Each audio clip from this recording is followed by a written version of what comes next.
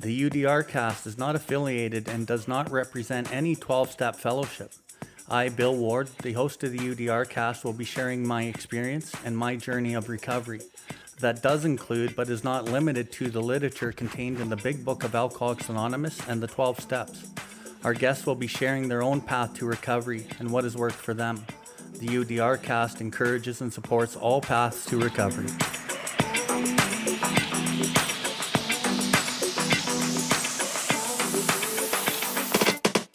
Welcome everybody to the UDRcast. UDR stands for Uncover, Discover, and Recover. My name is Bill Ward, and I'm coming to you from the recovery capital of Canada, Calgary, Alberta. Here we are going to discuss everything recovery, different perspectives, different experiences, both with the people I know and with others from around the world. If you resonate with anything you've heard on this episode today, we ask that you share it with anyone who you think may benefit from it. If you have any questions or comments, please find us at billward.life and send us a message in the info section. We'll get back to you as soon as we can. If you are interested in more recovery content, you can find the buttons for the YouTube channel and other social media outlets on the homepage, and you will be redirected to those platforms. We can recover, one person, one family, one community at a time.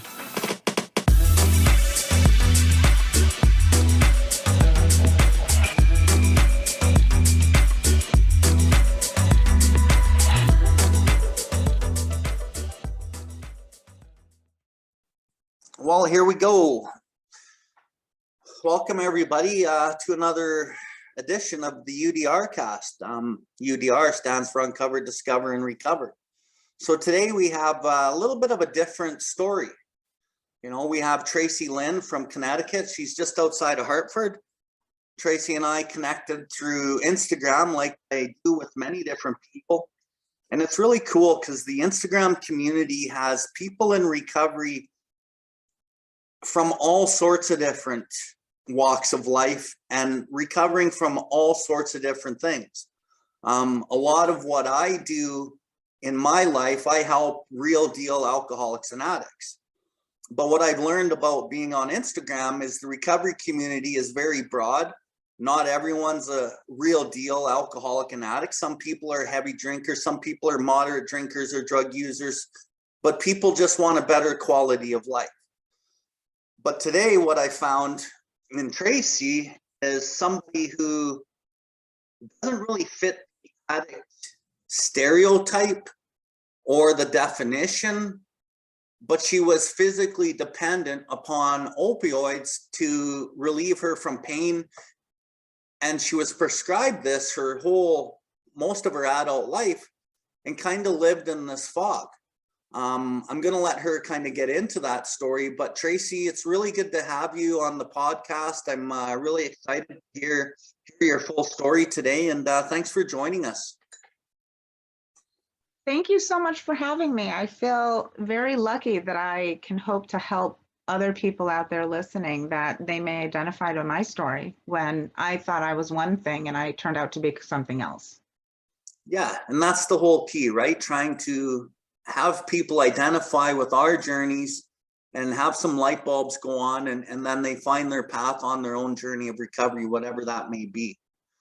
So Tracy, let's start at like what type of life did you lead? Like, I know you were a figure skater. I know that you also, as a athlete, pain is part of the deal, and you were always able to deal with pain. So tell us about your life and then kind of what happened to get you on these opioids.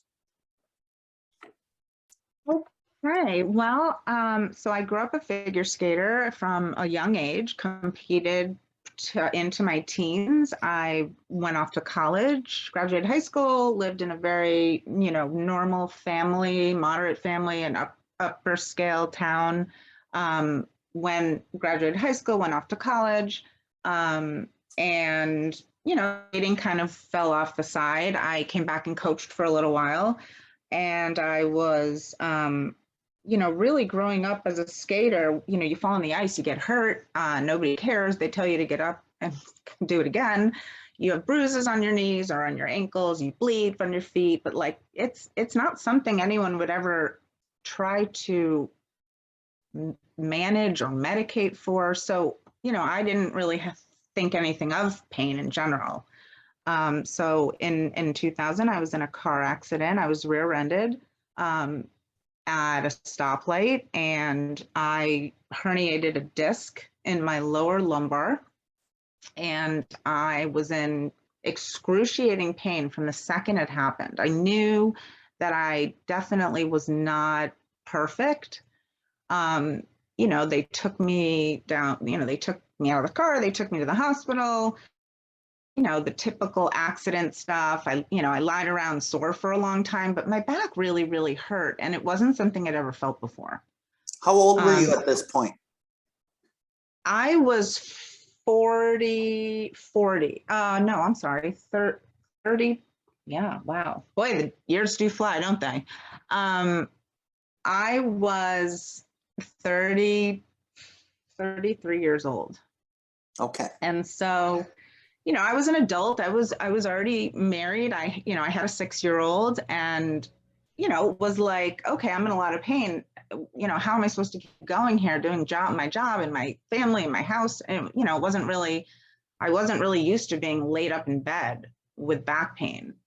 But I was for a while, and I'm pretty sure they prescribed me some kind of pain medicine right from the beginning. But it wasn't, I never even took it. I never took any of the pain medicine. You know, eventually the initial accident pain wore off, but I was left with, you know, still some significant back pain. I was referred to a specialist. They did an MRI, they saw the herniated disc, and they had to fix it because it was protruding, and they needed to sort of get that piece out because it was on nerves. And so they scheduled my surgery. I had the surgery, and I had a prescription in the hospital for pain medication, but I didn't take it with me. I was in the hospital for 2 days, and I didn't take it home with me, and that was a big mistake. So they gave me a prescription when they discharged me from the hospital after my surgery. I was very sore. Had a lot of pain. I was used to the pain already because it had been a few months before they would actually do the surgery after the accident. And so they were sort of treating it, but I didn't know they were giving me opioids, which they were at that point, because again, I still didn't know what opioids were till I was even 10 years ago. And so, but like the pain never went away. It was still, I thought the surgery would make it better, and it didn't make it better. And you know, I wasn't comfortable with feeling different, and it was like getting in the way of my life, and I didn't like that.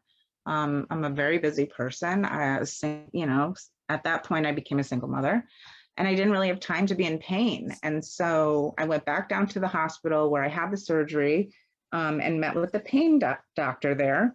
And he, you know, we talked for a while, and he said, well, let me try a fentanyl patch with you. And of course I didn't know what that was. I was like, okay. And so he put it on my back and said, this should work for 3 days. And, you know, here's a prescription for more.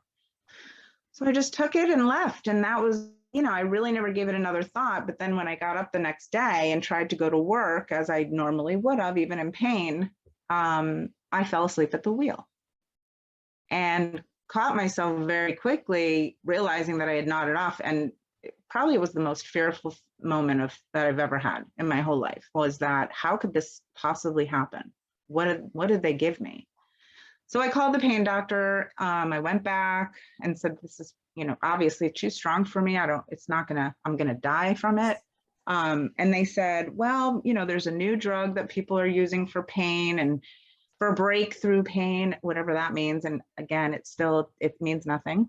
It's a made up concept. And they gave me OxyContin, and they gave me a lot of them.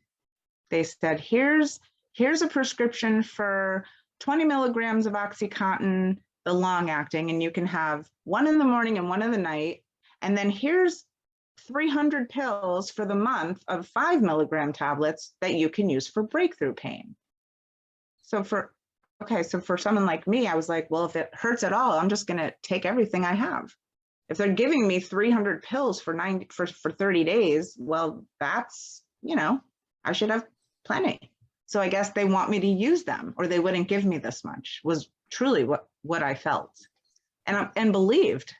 Did they did they at all describe how addictive that this drug was at any point through the conversation of, this is the drug we're going to give you, it's highly addictive, careful with it, and give you any like mitigation plan moving forward to kind of keep an eye on it? I was never told one time in the entire 17 and a half years that I was taking OxyContin did the word addictive, worry, understood. Nothing was ever said, not one thing. And I specifically remember being at the pain center and seeing a ton of people, so many people in the waiting room that I didn't even have a seat. And I was the one who couldn't even walk. And there were all these people there. And I, until I watched Dope Sick, I really didn't understand it. But once I saw that scene, I thought to myself, oh my God, that was me. I was in that waiting room with all those people picking up their prescriptions. Nobody told me anything about OxyContin until I just learned about it 3 years ago. Wow. Ever. Okay. Well, let's keep going through you becoming more and more dependent on this drug and not really knowing what's going on, and just kind of in some ways blindly trusting the doctor and the medical profession that they're going to take care of you, but not giving you the full scope of what they're actually giving you. Let's keep going. Sure. Thank you. So, I kind of got into this, comfortable rhythm of having this medication that allowed me to live my life and do what I needed to do, which was be a single mother, run a house, have a kid who had a social life, and I had a social life, and he had sports, and it was a grind life, and I was able to maintain that. But I think as time went along, I started to lose, looking back, it makes much more sense now. I started to sort of lose the concept of reality, and I never really fully processed anything that I was really doing. And so it wasn't until 2012, and I had already been on the medication for, 10 years. And I had had a couple of times where I had run out of the prescription and didn't get to the pharmacist, and it was a Sunday night. And by Monday morning, I couldn't, I kept saying to myself, there's no way this is because of this medication. And back then, we weren't Googling things, it was a different time. And so, I had spoken to a few people. I had a hairdresser that I now remember was manipulating me to share my medication with him because he was an actual addict. And I didn't know that until very recently, understanding what was happening. And so it was sort of until I was diagnosed with breast cancer in 2012, and I was faced with all of this surgery that I had to have. And I was suddenly having different pain. And the surgeons were saying, well, you're taking this stuff for what? For a back injury? And, we need to treat this. And so, and the truth is they really just gave me whatever it was I thought I needed, because again, nobody cared what my pain was. They allowed me to decide for them what my pain was. And all I cared about was not being dope sick. So, when you look at a smiley chart and you see 0 to 10, 10 every time, any person that's avoiding dope sick is going to be a 10 out of 10 every time. That's all people are, you learn to do that. I learned to do that. And then I had to basically manage my own dopamine levels, which again, I didn't even know what the word dopamine was until so recently, and how this all works and what my levels had to be so that I wasn't dope sick, and what meds, what came from what doctor. Okay, so you're on this medication, now you get breast cancer. So you're now disclosing what you're taking for meds to your new surgeons who are going to have to deal with you on this breast cancer. Did they at all say, this is a, pretty large amount of this drug that you're taking? Did they question anything deeper or just kind of accept it? And I mean, I think there must have been a couple of conversations. Honestly, it's, the memory of all of that is going to take time probably to come back, because I was basically sleeping for so many years. And, I didn't even have the ability to cope emotionally with breast cancer because I was sleeping. So I don't really know, what comes down the road for me. And I'm ready to handle all of it now that I actually have a brain that works. But again, there must have been a couple of conversations, but nobody really cared. And all they really cared about was keeping me comfortable. And if they ever gave me a hard time, because if I potentially used some of my back medication for my cancer surgery, I was able to get it back. I was always able to get it made up and covered. And there was never real concern. There was never real conversation. It was always like, oh, okay. All right. So how many is that do you need? And I was writing my own prescriptions every single time. Every wow. single time. Yes, every time.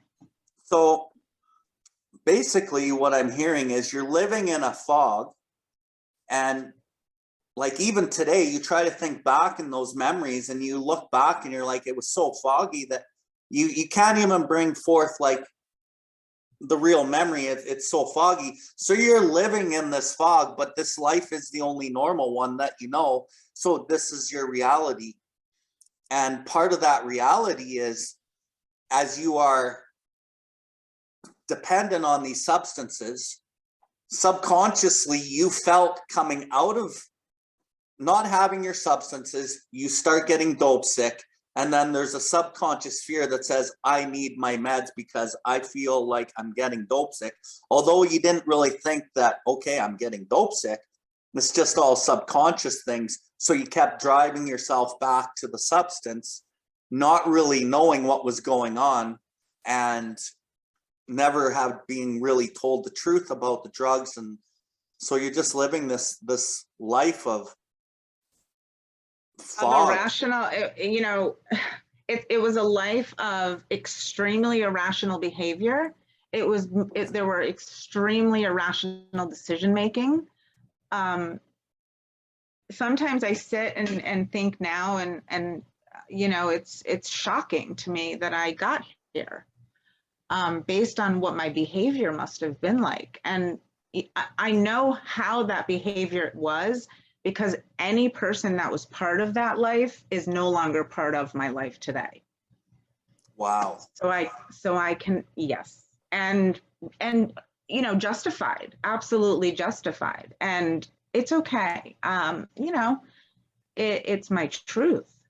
I own it. I'm sure there was at some point towards a little bit later, I was thinking, I knew to myself, I should probably, people are telling me they want my pain medication. It's probably something I should try to not take anymore. I wonder if this is going to hurt my actual body someday. But never spoke about it, never asked about it. The people that were writing the prescriptions, even well after cancer, it was never a conversation. It was, so how is it going? Are you doing okay? Yeah, I'm doing okay. Because I never wanted to be dope sick. And never asked what it was. That's shame, and that lives in the closet, and that's where a lot of people live with that, and it's our biggest issue. Okay, so you're walking through life in this fog and not really knowing it. You're not really coherent to really handle the cancer and deal with the cancer that you're experiencing in a way that you would today.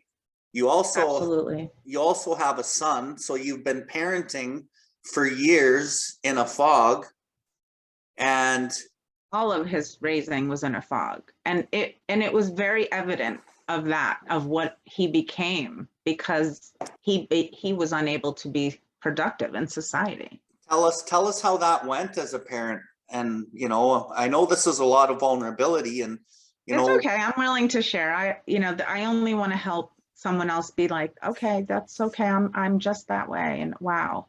So yeah, my son only had one parent. His father was not a part of his life in a way that was successful. And he basically watched an irrational mother make bad decisions and have, inappropriate behavior that a mother shouldn't have, in the way that she behaved with his friends and his school and whoever else, his team. I was nothing but a complete embarrassment to him all of those years. And so when I was diagnosed with breast cancer and he realized that I needed to focus on myself, he started using. And I didn't know that he was using because, one, I was in a fog. Two, I was in breast cancer drama, which it was actually more the drama, which I think was aggravated by the opioids. That's what I'm starting to understand, that the opioids made it all about drama, not actually dealing with what the real core of surviving cancer was, which I'm learning now, which is great. But he was really affected by that. And he started using. I had no idea he was using. And before I found out, by the time I found out, we were in a bad place. wow. And so, and yeah, it was awful. And it took a wrecked car parked behind my car in the garage for me to go to work the next day and say, oh my God, what happened? And to go back upstairs and wake him and say, what's with the car? And he's saying, what do you mean? So I knew there was a big problem right then and there. And I was sort of, still on drugs and under a fog, but now I needed to sort of help him. And so I spent those next 5 years really working hard to get him healthy and sober and in a good place, and not in a place of what I had caused by sleeping through all of his most important years. So as you now make a decision to try to help him, you're still on opioids. I was. Yep. And again, I thought I was taking medication that I needed, like my back pain. I thought it was still there. And if I stopped taking it, I wouldn't be able to have a normal life, because was the last time I had had a normal life. So I was convinced by the pain center, my doctors, anybody that was prescribing them to me, that I needed them, that my pain was significant, that I had permanent nerve damage, which they still say to this day that I do. And I can feel the different sensations of what my actual injury gave me, but it's not pain. There's nothing bothers me in a pain way. So it's yeah. Would it be safe to say that you were still taking the prescribed opioids for your pain, but a lot of that pain was like non-existent now, and you were still 100, yes, non-existent, still in the fear subconsciously of the dope sickness, which perpetuated the use for however many more years? Correct. So many more years. And what I learned after once I was forced to stop using them, and how pain receptors reset in the brain. When you first come off of opioids for an injury or pain, your pain receptors respond really quickly, and it actually makes the pain worse than you ever imagined it to be. But after a few days, it goes away. So it's like every time I dropped a dose, the pain of my back came back, but then it would subside. It was like my brain was rewiring for that next pain receptor change. But of course, nobody educated me on that. Mm. So let's kind of fast forward here. Sure. How did you start realizing that something wasn't right? And how did you start navigating your way off of these prescriptions? So sure. So at the end of 2017, I woke up, drove to work, started to get a bad pain on my side, kept getting worse, turned the car around, thought I was having appendicitis, proceeded to lie on the floor for an hour, finally then called my mother and said, I think I need to go to the ER. I think my appendix. She came, she took me, they took me to the ER, they brought me in, they did a CAT scan, they came back in and said, I was 100% sure they were telling me that it was my appendix. And they said, oh, you have a bowel obstruction and we're gonna admit you right now, we're gonna put you on surgical standby and we're gonna put a tube down your throat so that we can see if it will unkink. And I think in that moment, the tube was down my throat before I even had a chance to process any of this.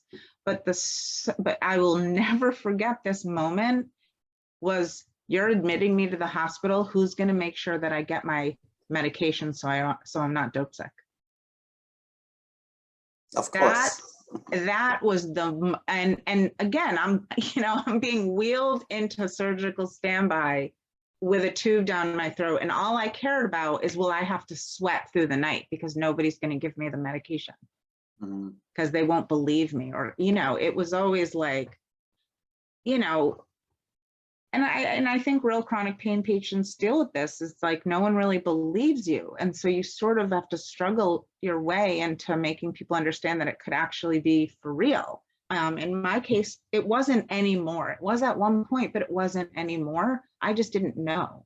And so, they brought me in, the surgeon came into the room and said, your bowels have completely slowed. Hopefully this will unkink in a few days. And if you want to have solid food ever again, you have to stop using opioids. And I sat there and I thought to myself, well, that's good. This is going to suck. But I knew that food was more important, and that was it. It was, as soon as I was discharged from the hospital, in 2 weeks, I started my detox. So was it using of the opioids that caused the bowel obstruction? Yeah, it was.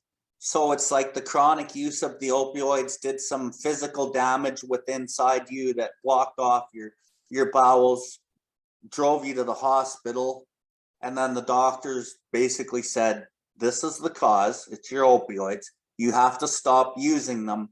And then the fear sets in, but this is where we talk about the difference between being a full-on drug addict versus physical dependency. Once the doctor told you you have to come off of these, you were like, okay. And so you started on the journey to come off of those, and that's your journey so far, right? And this is where your story differs from a lot of the stories that I talk about people, because at this point, usually the person will turn into an addict. And so your story is, okay, I'm going to come off. So what did you start doing from that point on? So from that point on, I had no idea what I was getting myself into. I knew that I wasn't going to feel, very good as, having a few of those experiences over the years of what I would feel like. But I'm like, I can handle this. I went through breast cancer again, like still not fully aware of what I was even through, but I can do this. And I literally started weaning myself 10 milligrams. I knew that the long acting, I was on 30 milligrams of oxy long acting and 30 milligrams of short acting. So I weaned myself 10 milligrams of long acting I would go down every week. I would drop 10.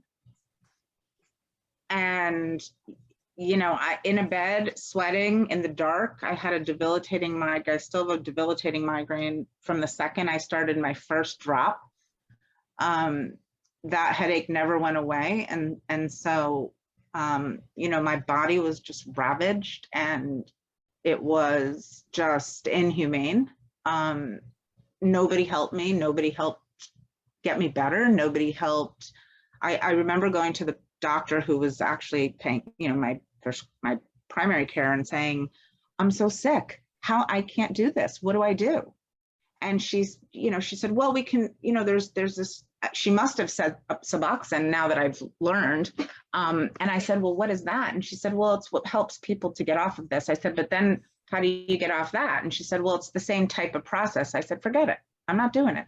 So I will do this fine. And I just kept going. And in 20 weeks, I was done. So you detoxed yourself off the opioids, knocking down your milligram intake week by week, sweating it out, no doctor overseeing any of this. And we do not recommend that to typical listeners, right? I do not recommend it, no. Because not only is it physically dangerous, I don't know how I lived through all of this, but emotionally, it's really very bad for you because you already feel bad enough about yourself that this is even happening to you. And then if anybody's watching you, you feel worse. Mm. So it's sort of like you can't really explain it to anybody. Yeah. And they don't really understand what the actual real torture is for getting off this, off this medication and off any substance, I imagine. So 20 weeks of self detox, Yes. to the point where you are now free of that substance in your body. Well, I would have hoped to have been free of it. Unfortunately, I was not free of it. And I proceeded to go back into withdrawal. It was, for me, it became a cycle.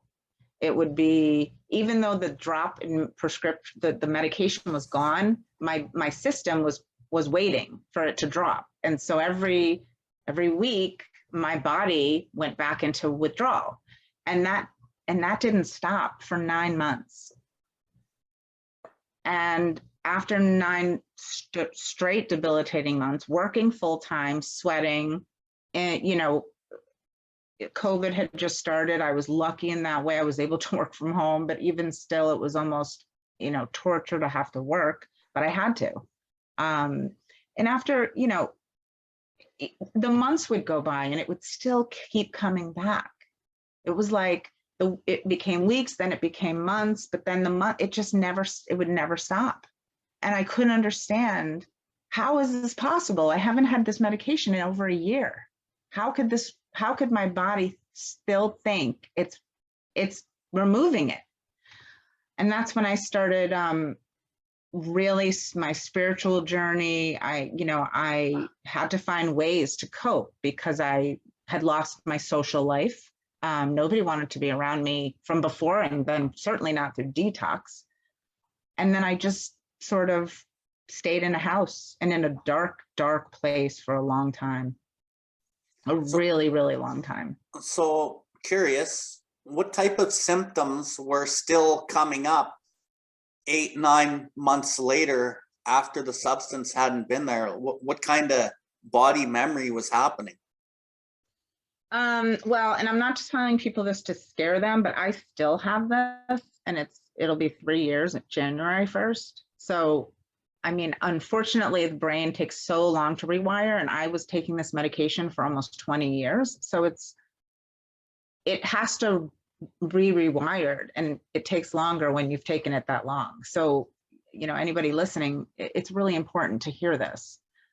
So my syndrome consisted of your entire your nervous system shaking. It never stopped shaking. Cold sweat, skin touch, very sensitive to touch skin. Like I couldn't even have a sheet on me. It just freaked me out. Really significant diarrhea, dehydration. I had a debilitating migraine, and then I would become sludge. Like I could almost not even lift my limbs up to move them. And I know people out there that have been through this probably are like, that's exactly what I would feel like. and you know, especially the nervous system and the GI, and the GI is a real, that's where it really did a number on me. It was like an agitator on a washing machine, constantly churning that way. Like it just never stopped churning, like a back and forth that way. And people have said to me, that's a really good description of what it actually feels like, because it really does. And I don't have that anymore, although I still feel all the others from time to time without warning. Wow. Yeah.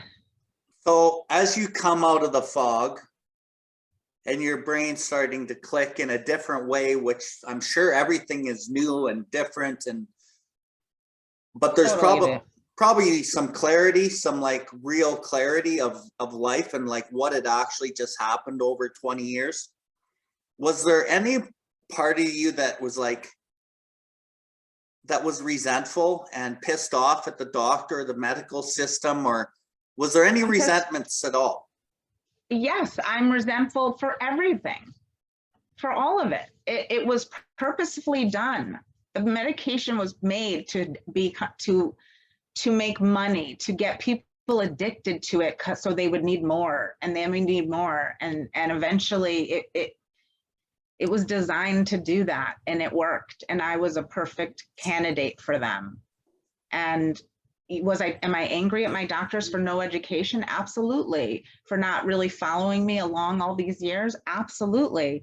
But you know, I have to take some ownership in my own life and know that at one point I knew that this was probably stuff I didn't want, but I didn't know how to get off of it. And I was too afraid to ask or help or tell anybody. Too ashamed to talk about it. It was like, I have friends, you know, dating, my kid, all his friends, I can't be seen like this. What are they going to say? What are they going to, well, how many times am I going to answer I have the flu? So I was stuck. And so it was easier just to take the medicine. It was just, I was like, if I figured they're going to keep writing it, I'll just keep taking it. I'd be on it today if it hadn't been for that bowel obstruction. And the subconscious dependency and fear of doing this was actually the driver of this. Do you believe that the doctors and the medical fraternity, I guess we would say, was pushing these drugs to really help you, or was there another motive of let's turn the wheels and make some money? And you know, I know there's documentaries on these big pharma companies that, you know, they're not really honest in many respects, and they're looking to turn the wheels and keep the dependency going so they can make money. Do you believe that to be part of this? I honestly, I think it's both parts. I really do think that it's both. I think that they really were treating my pain, but I also think that there was a lot of money being made. And I know how much money, because I was paying money out of my own pocket that insurance wasn't covering, and I knew how expensive it was. There were months that I didn't pay my rent because I had to get paid for OxyContin. And that's real. Mm-hmm. And truly, there's a very specific memory I have of being in a pharmacy, being at the pharmacy, which, you know, with this new brain, all this clarity, I'm able to understand all of this, where I was in the pharmacy. It was a private pharmacy at, you know, at the time. And I was standing there with the pharmacist, who, by the way, we become best friends with our pharmacist when we were using opioids on a regular basis. And I said to him, this is so expensive. And he said, well, you're taking 10 and 10, you may as well just get a 20 instead. It's cheaper. Do it that way. Well, you know, unfortunately, that 20 was more than 2 10s. And he knew it, and the doctors knew it, but I didn't know. And I just said, okay, great, less money helps.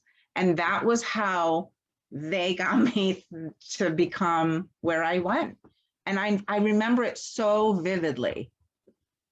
And that was real, that happened. So I think it was both. I think people tried to really want to help me, and I think they got caught up in whatever money that was being made on the other side. Mm-hmm. Okay, so you know, you're 3 years from the day, from being clean and sober from the opioids, and you have now made it a mission to help other people with your story. Tell us what kinds of things that you have learned through the processes and what you're doing to bring light to this, to the world. Well, sure. This has really honestly been a gift. I know, you know, a lot of people in recovery say this. I have decided that nobody should go through detox the way I did, with no education, no support, no comfort. And I think it's so important that education is out there, so that, because I think addiction affects almost every person, whether it's them or somebody they love or someone they know. You know, there's somebody out there that's connected to somebody. And detox keeps people on substances more than the using itself, right? So the high eventually goes away and everybody just stays away from being sick. So, you know, I think that people need to really understand, you know, what people are living through in detox, and that maybe there's somebody out here listening that might not go through detox because they think they're an addict, because I thought I was, and actually might be able to get themselves through it in a proper way, and maybe end up like me, somebody who never wanted it again after.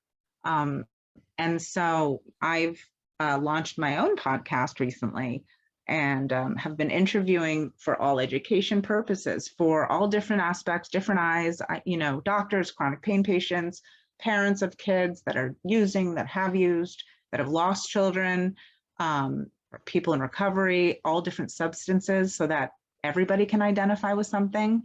And I am 4 months in and have over 70 people interviewed. Somehow my brain is a brain I never thought I would have. And I'm so grateful for that. My son has really done an incredible job of getting himself in the most amazing place of his life, which I am so grateful for as well. And I just want to help, and I want to teach the kids, because I think the kids is where it's going to start. And a lot of it's peer pressure, bullying to fit in, and maybe they'll say no after somebody teaches that. Maybe they'll say, hey, you know, I'm good. Instead of saying they're so scared they won't be included, they take it, and there's a consequence to that. Now, that consequence could be a funeral for their family, or the consequence could be that if they keep taking it, they're going to be in detox, and that's not going to be fun. And I think they need to know that as well. I really liked your statement there, where you say the effect that the drug produced really is not producing that high that was enjoyable. So the person keeps using out of fear of the dope sickness, which keeps them in the perpetual cycle. And, you know, that's a good take, because typically a person who's outside looking in goes, well, this person keeps using because they like that effect, or that's the kind of person they are, but really they can't stop because they'll get too sick, which keeps them using. And so you are big about the detoxing. And I think that's really, really important to bring to light the detoxing aspect off of these opioids, because I don't know how many people I've met that keep using because they're so scared to come off. And even once, awful, and you know what? It's scary to do it. Now, honestly, people do it more than once. So there's some sort of trauma that leads them back that way, because it's easy to just use and numb out. And I understand that now through my education. But detox is inhumane. And so when you're trying to stop, it's almost impossible. It really is almost impossible. I would have never used to make myself better once I started the detox, but I understood. And I thought to myself, how does anybody do this? This is crazy. Mm-hmm. And the And thing, yeah. the thing about your story is you were offered Suboxone or methadone, whatever it is, to wean yourself off of the opioids. But Suboxone and methadone are still opioids, just on a way microdose level, right? So Yeah. there's people I know that have been off their substance of choice or no choice, let's say, for years, but they're on Suboxone and methadone, but they can't come off of that because they're still too scared. Right.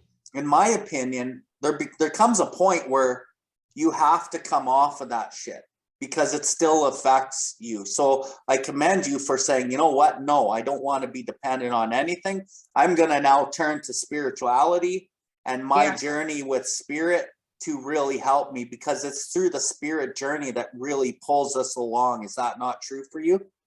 Oh, it's absolutely been I mean, it has saved my everything, mostly my soul, but what it has taught me is that everything is possible.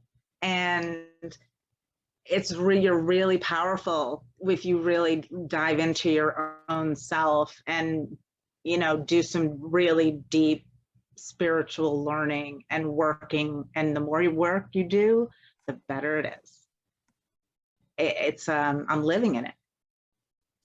So what kind I may not have I may not have a past, but I'm really excited about my future and grateful for it. It's the best purpose I could ever have. That's so beautiful. And that's very similar to me, right? Like my addiction took me to the depths of hell, and through the darkness I saw some light, and I had no idea that my journey was going to be one of spiritual, but to me it's been the greatest gift I've ever gotten, right? And the fear of using doesn't push me along. The spiritual journey pulls me along because it's never ending and it's just so beautiful. And I don't mean just beautiful in the sense that everything's roses and sunshine. No, there's a lot of dark, right? It's the soulful journey though. Yeah. It's being able to identify the dark and just acknowledging it, but then surrendering it to it, because it will pass and it will become light and it will get better. And I'm living proof of that. I'm living proof of that. And I never would have believed I would be sitting where I am today, I literally feel like I'm in the clouds. My feet never hit the ground, ever.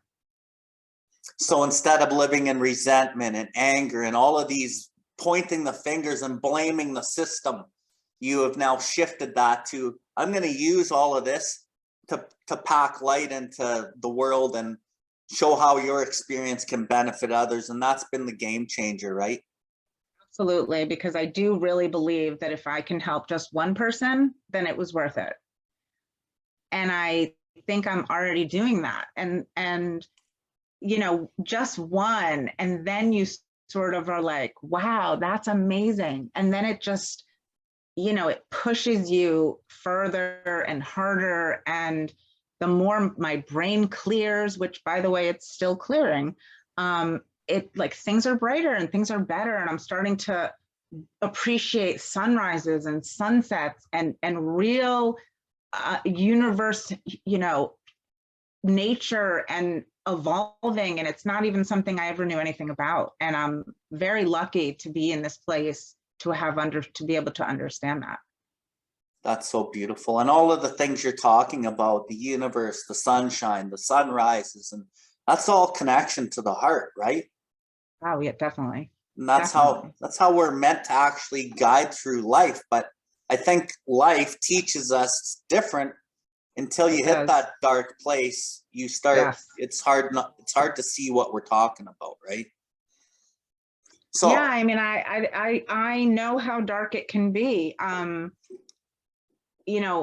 was living drugged and numbed out and fogged for all of my relationships, and those relationships are over. But the new relationships that I have are very different. And it's almost like this was supposed to happen. I was put in this place for a reason, or I wouldn't be here right now, whether that be the car accident or the cancer.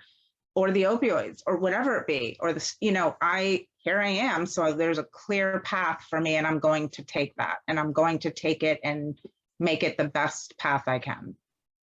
That's amazing. Okay, so we're going to wind it down here. Thank you. I want to ask you for the person who doesn't think they're an addict, but they're still using because they're afraid of the dope sickness, and they're living in the same fog as you, what's your message to them before we leave, or to anybody?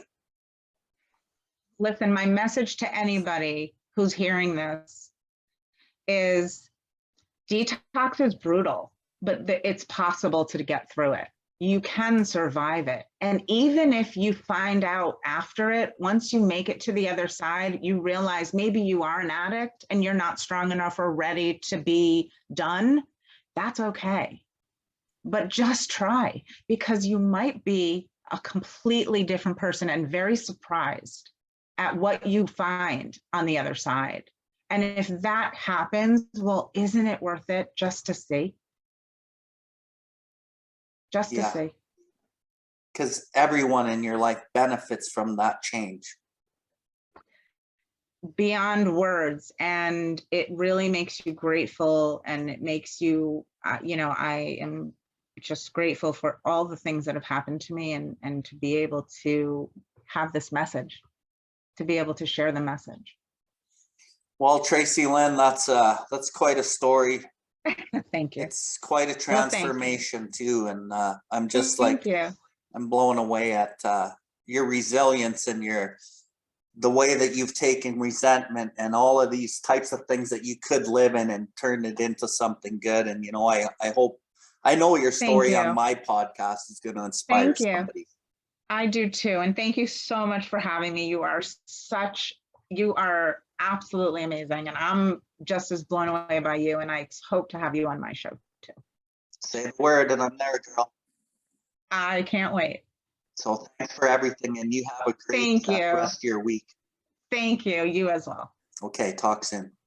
Thanks. Take care. Thank you for tuning in to the UDRcast. We hope you have enjoyed this episode. The viewpoints and the opinions expressed today were solely of the individual sharing them. If you resonated with this episode, please follow us and share this link with anyone that may benefit from it. Please visit us at billward.life to see everything that we have going on. We can recover, one person, one family, one community at a time.